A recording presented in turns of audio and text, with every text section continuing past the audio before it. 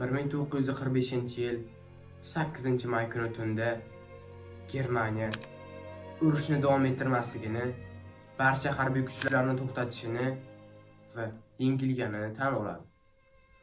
Va bu bilan 4 yil davom etgan va 420 mingdan ortiq o'zbekni yoshlig'ini quritgan ulug' vatandoshi o'z nihoyasiga yetadi. Bu esa Moskva vaqti bilan 9-may kuniga to'g'ri keladi. Shu sababli SSSR tarixida 9-may kuni g'alaba kuni sifatida nishonlanadi.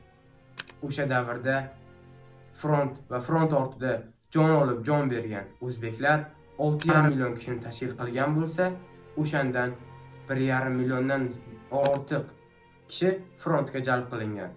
Va bu esa mamlakat aholisining qariyb 1/4 qismini tashkil qilgan.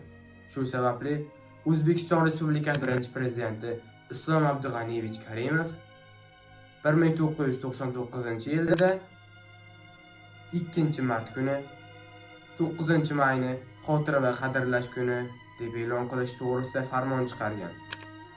Bugungi osoyishta va tinch hayotimiz uchun o'z jonini qurbon qilgan ajdodlarimizga hurmat bilan, ehtirom bilan ularni eslab, ularni xotirlab, ularning jasorati, fidoyiligini abadiylashtirish bizning burchimizdir.